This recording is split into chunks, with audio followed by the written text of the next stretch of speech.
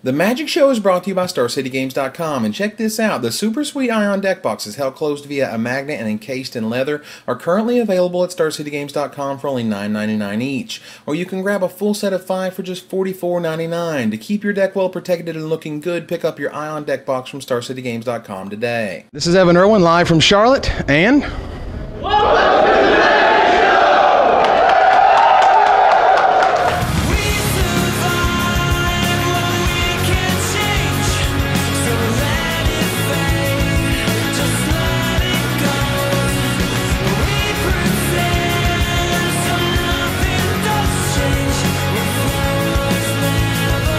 Hello everybody, and welcome to another edition of The Magic Show. This week we're going to see some highlights from my weekend in Charlotte, including some unseen footage from players there, talk about the statistical power of the StarCityGames.com deck database, review upcoming banned and restricted list revisions due on March 1st, enlighten you with some Jon Finkel facts, and we reach a new Magic Show milestone. Let's go!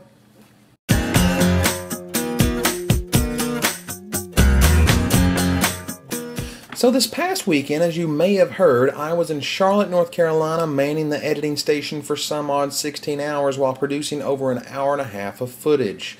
This included my correct picks of Chris Walterek and Kenny Mayer making the top 8, along with picking premium columnist Benjamin Peebles-Mundy in round 4 as he rode his winning streak into the same final 8 slots.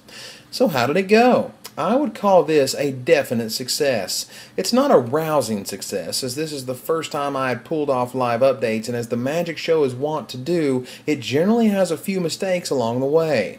My rule regarding trying new things is this: I'm happy to make mistakes as long as I don't make them twice. So for all those times when the sound may have been a bit off sync, or the interviews that were lost due to a dead mic or a lost piece of tape, I chalk those up to experience and a big helping of what not to do next time. To inject some fun in this recap, let's take a look at the final segment of round 9, where players tell us what the most powerful card in Standard is.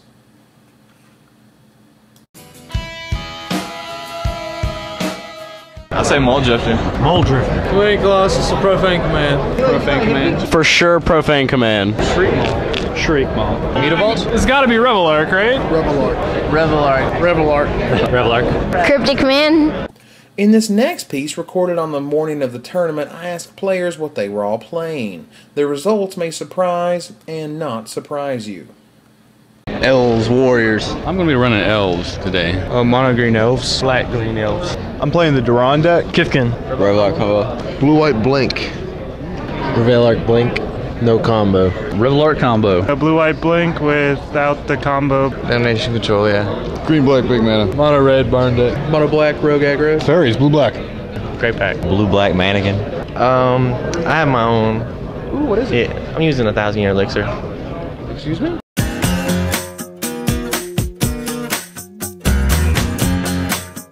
In the wide world of competitive Magic, there's a lot to take in. Archetypes, builds, sideboards, plans, Jedi mind tricks, and more. And to beat it all, Magic is essentially a game of math.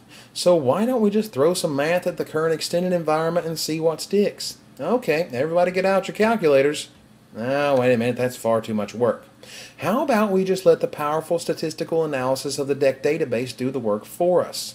You'd be surprised how much information is not only available, but just waiting for you to take advantage of. The first thing you'll want to check out is the tiny link under the title of a deck hosted in the StarCityGames.com deck database. Let's take a look at this extended deck, for example. You see the link that says, click here to see a summary of all decks from the PT Hollywood PTQ season. By using this link, you will find out some very useful and interesting information. The first thing you see is a breakdown of which decks made top 8 by number of showings. As you can see, Dredge currently sits on the top of the heap, followed by Doran the Explorer and Red Deck wins respectively. This allows you to see not only how many copies of the deck made top 8, but the number of times it qualified the player using it and the number of showings by week. That alone is powerful stuff. But it doesn't end there. Check out the Archetype Analysis link. Let's take Doran the Explorer as an example. You can see that of the 29 decks that made top 8 so far this season, all of them played these 8 cards. Birds of Paradise, Cabal Therapy, Dark Confidant, Doran the Siege Tower, Godless Shrine, Overgrown Tomb, Tarmogoyf, and Windswept Heath. Well, duh, you say, but to the person who isn't familiar with the format or what deck plays which cards, this is very insightful info. This analysis allows you to really pick and choose how you wish to define your archetype. Do most play Eternal Witness? Yeah, but a full 10% of those who made top 8 did not. Did some play Duress? Yeah, but by contrast, only 10% of them actually did. You can continue this line of thinking, but there's even more to be uncovered. After a certain amount of finishes with one archetype, you can actually construct a statistically average deck.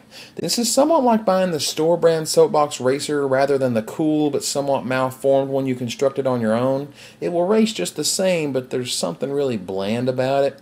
Looking at the statistical version of Dora the Explorer, this is a respectable build by any stretch. It won't get you questioned or accused of running bad cards. These are the cards that continue to win, and here's the build that it generically amalgams to. With that said, you can use this tool to create a base build, and then use your knowledge, foresight, or rumblings from the tournament floor that morning to adjust it according to your local metagame. Expect a lot of aggro? Up that smother count. Looking to win the mirror? Think about Deathmark or something equally techie like Sword of Light and Shadow. But we're not done yet. At the bottom of the list of decks, you'll find a color breakdown. Did you know that a full quarter of all cards that made top 8 this season were red? Or that the least played color was white? Well, okay, that's not a secret. White has been sucking bad for years now. That said, I believe these tools are a boon to the average tournament player. The last thing I'll show you is the link at the top of these deck listings titled "Click here to see a complete breakdown of all cards played in PT Hollywood PTQ season." I bet you can guess who's on top. His name starts with T and ends with Armagoyf. Yes, that $50 monster is on top, with over half of all top 8 decks running copies. Which leads us to our next segment.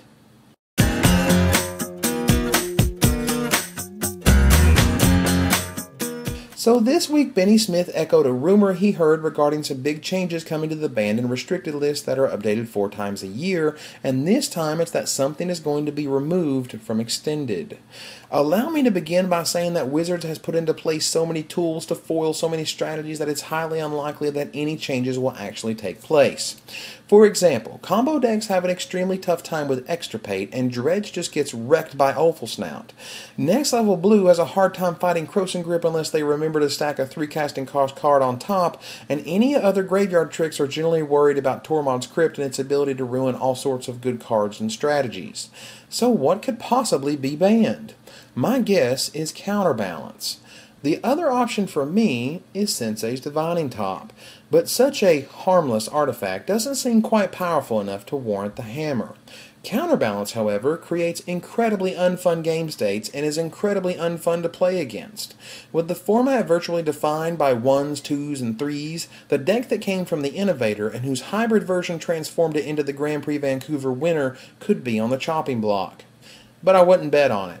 Part of the philosophy of a Tier 2 metagame is putting in foils, as in the antithesis and not shiny cards, of the most powerful cards and archetypes.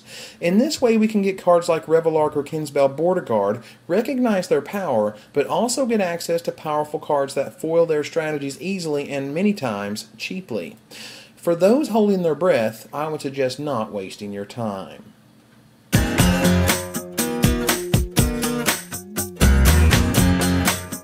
For those who know that Chuck Norris killed a cloud, comes Jon Finkel Facts. In this fun segment, we go over a cool magic Mimi running around touting the unknown prowess of the game's most famous player. I'll share a few this week, and if you want me to feature more, be sure to let me know in the feedback. So with that said, let's begin. Did you know that Jon Finkel doesn't draw? He tutors every turn. Jon Finkel never blocks, he just attacks in the opposite direction. Jon Finkel wins clashes with basic lands. Jon Finkel doesn't get mana screw. Mana is afraid to screw with Jon Finkel. So that's this week's batch. I hope you enjoyed them, and if you dug this segment, we'll throw more out next week.